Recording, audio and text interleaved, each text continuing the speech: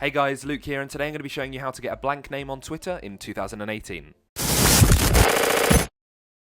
Be sure to hit the subscribe button down below and click the bell icon to be notified every time I upload a new video. So the name that we're going to be setting to blank is the name on the left here, the one that is your display name, not your username. Your username's to the right here, but we're going to be setting the display name to completely blank. It seems to be something that rappers and other popular Twitter influencers are doing at the moment, so I'm just going to be showing you how to do it. So it's not actually something that Twitter allows you to do straight off the bat. If you click edit profile and then just try and get rid of your name and just press spacebar, you're not actually going to be able to put any spaces in there. And that's where this trick comes in handy. Basically, if you go down to the description below, you're going to find a special character in between two quotation marks. And it doesn't look like anything, but that is because it's a blank character.